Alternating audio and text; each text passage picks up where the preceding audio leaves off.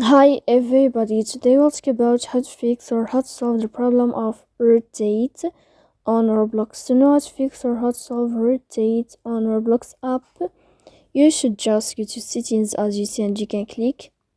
Here in this page you will enter to apps, default apps, app settings. Then you can click on Roblox and you can click here. After that you can click on first stop and you can click OK. Here we'll enter to the window of storage. Then you can click clear cache. Don't click clear data because that can cause you errors in your app.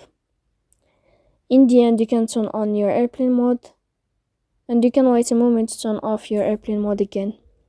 So please don't forget to support us by like and subscribe. See you next time in another video and thank you for your attention.